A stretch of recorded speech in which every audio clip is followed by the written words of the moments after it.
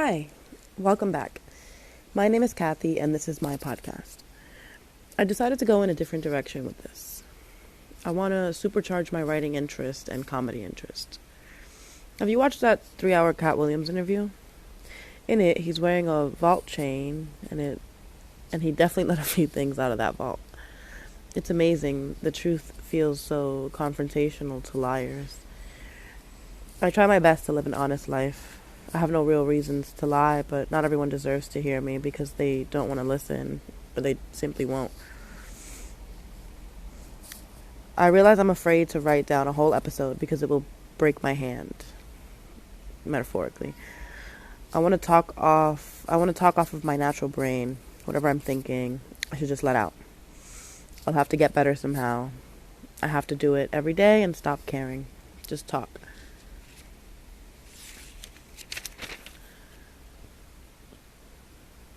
If you're heard, you're heard. If not, that's not your audience. You need listeners. Just gotta give people something worth listening to. But I am good at reading. Reading stuff out loud has always come easier to me. I've never been an out loud type of person. I've gotten louder as the years have passed and more anger has come to the surface. That's what happens when you hold things in from the wrong people. That's what happens when you keep negativity around you. For so long I have kept it, finding only small pockets of positivity that I have to keep away from the negative so as to not make the light dim. The light has been shining in and out. The direction is shifting. Things are getting brighter. Things are changing. I can feel myself changing. I need to use this momentum. Focus. Power through. Make something work. Make everything work. I need to go learn a few things, figure out what I like, take the time that I have available, and make something happen.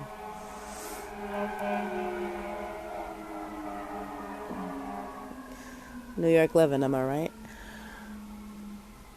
I need to fold into the timing of how everything is working.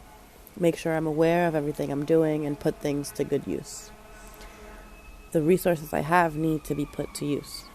Make the most of what I can right now. I need to go do something else.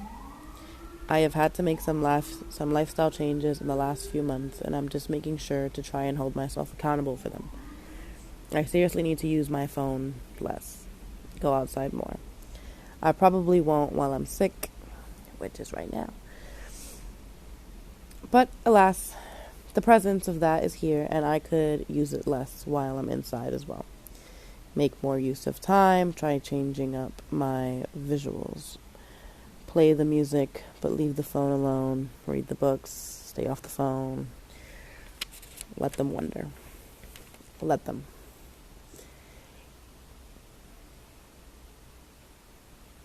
I don't know if I feel like reading the rest of that.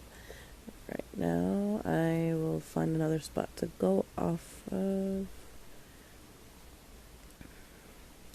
I came up with this idea yesterday as I was looking outside the window watching the snow. I was inspired by a man who stopped. He was walking up a hill. He stopped, turned around, went back down to the beginning of an open gate, and paused. I assume he tried to light a cigarette or something, because when he turned back around to walk back up the same direction he was walking in the beginning, he was fidgeting with a lighter. You could see the flame flickering. It was snowing so much. The snow was sticking to the ground. It hasn't stuck to the ground in such a long time. I could have sat there maybe 10 solid minutes focused and watching. He was only maybe 30 seconds of that. But I observed him, and I took in the surroundings around him, the surroundings outside, and it inspired me. And I want to do more stories. I want to write stories about people that I know, because I do observe the people that I know. And it just seems so beautiful to have someone be watched and to be, I feel like, to be noticed and observed and described in such a way could be so beautiful. Anyway, maybe it was nothing. Maybe he had dropped the lighter, but the pause seemed a little too long for that. You don't realize you can do something sometimes until you're doing it. Whatever he was doing, he probably didn't think twice. He just did it, reacted to what he was doing. Maybe his lighter did fall, maybe he went to pick it up. It didn't look like he was picking anything up. So I assume, oh God. So I assume that was what that was. I either read that too fast or I didn't. Or I thought it was more. But I read that and it was, it's only been 6 minutes. I'm going to read the other thing that I wrote that was supposed to be a part of this episode. Excuse me.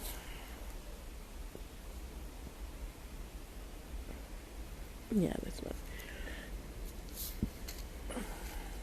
Ever since I can remember, I've never had a lot to say.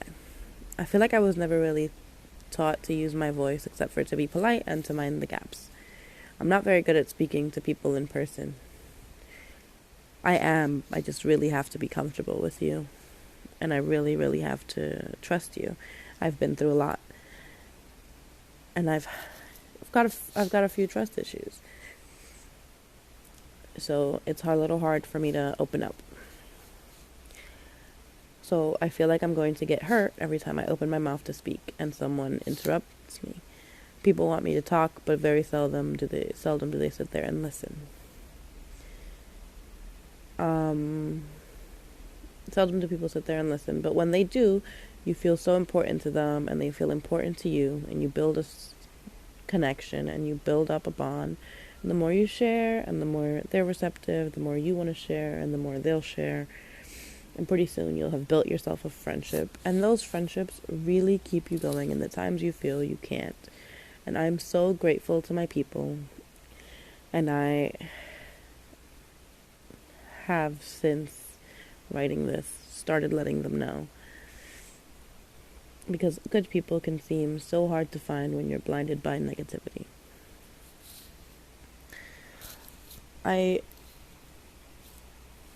Starting this in this weird way, I don't want to say that this is nonsense, because it isn't. It's me figuring out my best ways to work on my communication and work on my openness and just work on doing something that fills me. And I think that this could be it, because I'm pouring myself out and seeing who takes a sip, if that makes sense. I think it does. Make it make sense, please. I want to open up a dialogue to different ways of people being observed and looked at, and what people do when they are being observed, and how they observe. And I think that it'll be interesting with this idea of writing stories about things that I observe, making stories. And then people do it all the time. They show this kind of example of stuff in movies where, like, a couple is sitting in a restaurant and then they'll play that game, or they'll be making up a story about another couple sitting in a restaurant. Things like that. That's an observational fun story thing that people do.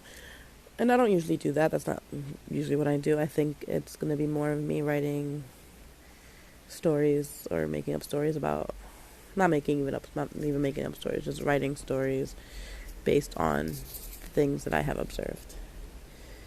Things that I know to be true. and just making it, just romanticizing the littlest things. Because there's nothing bigger than the little things. I've written that somewhere before. I love that line. The first time I said that line out loud, the woman who heard me say it asked me if I was a writer. I said, yeah, kind of. Thanks. I felt inspired even then.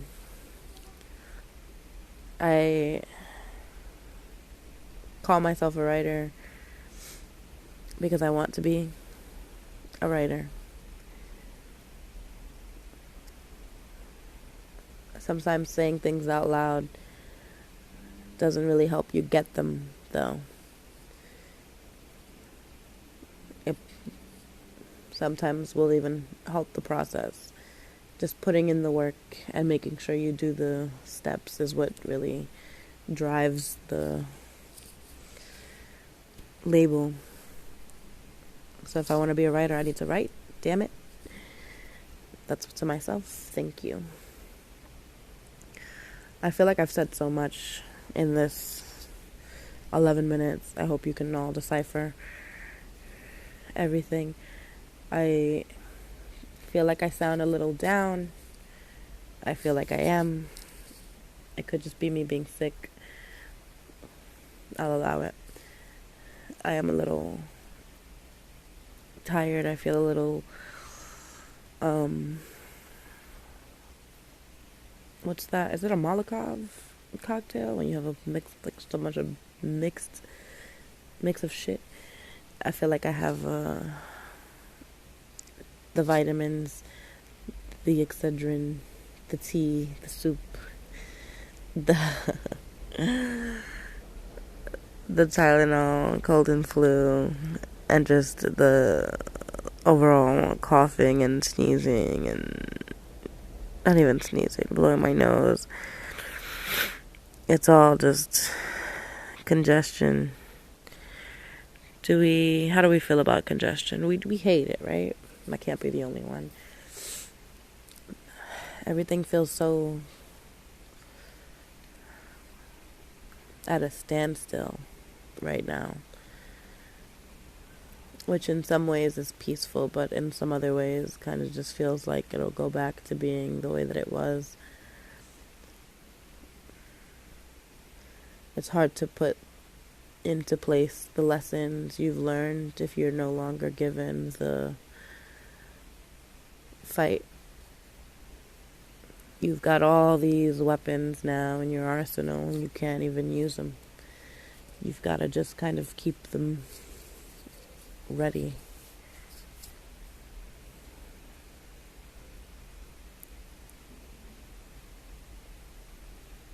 There are no fights. How do you know? How do you know how to use them? Feels a little dramatic. It'll be okay.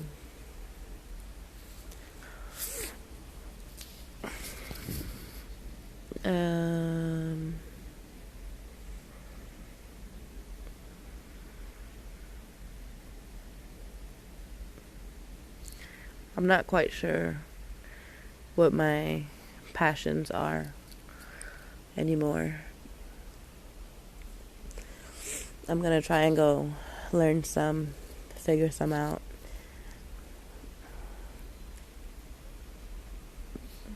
I like a few things here and there, but I think my motivation needs work.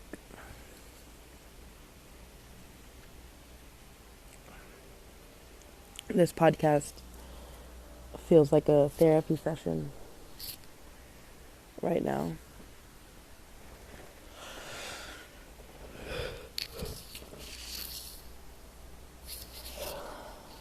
Letting out the inner workings of my mind in a random array, shared publicly for y'all to hear.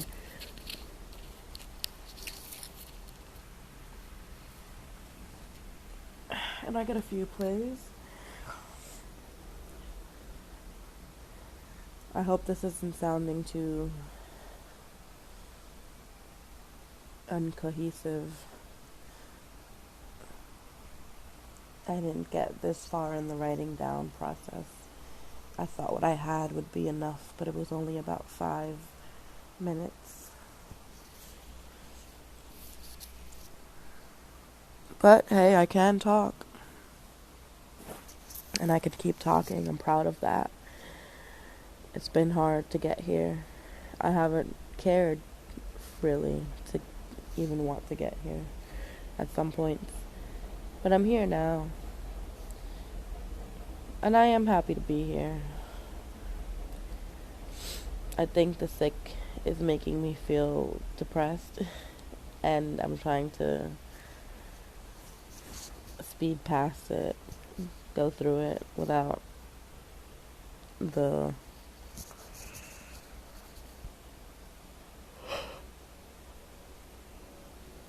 without it without letting it sink in.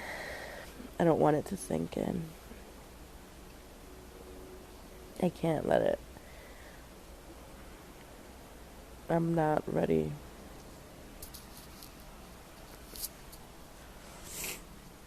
I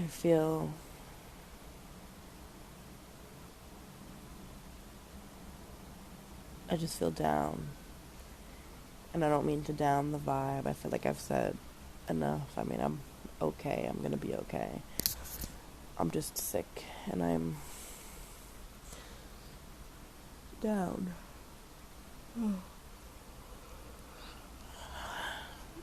But hey, this is number 2.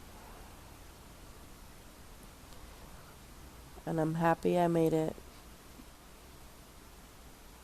work. I recorded it before this maybe 2 or 3 times. A few different things, all kind of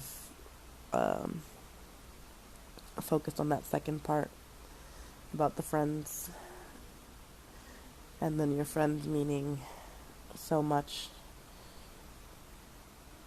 I love my friends. I really do. And I'm so happy I get to learn from them and grow with them and simply catch up with them and be in their presence and be in their thoughts.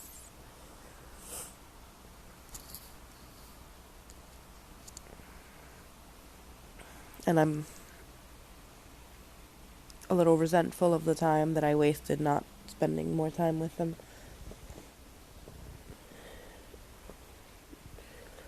But depression's a hard one. Anxiety's a hard one. When it hits you hard. Well, it hits me hard. But I'm feeling better.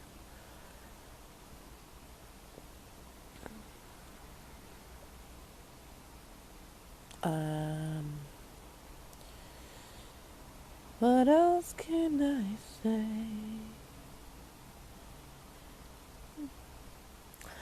I mean, that feels good. That feels like a wrap. I think I'm gonna end it right here, and I'll catch you for the next one as this continues to grow, and I continue to grow. These will continue to get better, and I will continue to write better for them. Maybe if I want to expand on something that I've written, I'll pause and then I'll go back and read. For the next one, I guess I didn't feel like doing that with these. Okay. I hope you have a great day or night whenever you're hearing this. And I love you, in case no one told you today.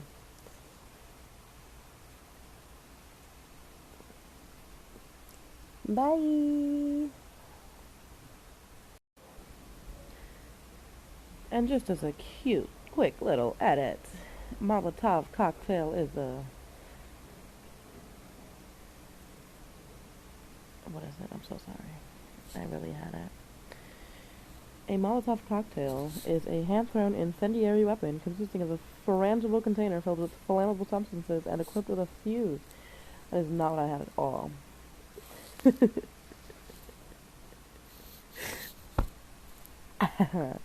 I don't know what you would call that. Let's try and find out together.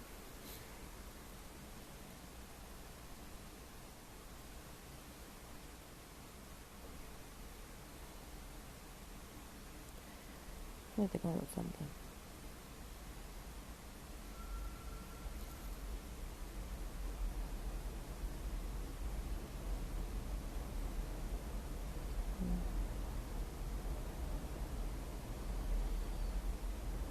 I guess just a cocktail of medicine.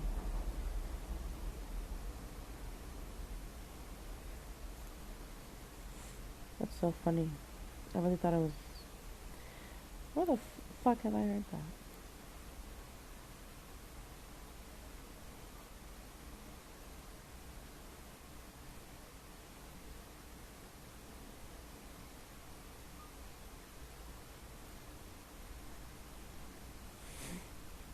Okay. If I figure it out, I'll put it in the next one. If I hear it again.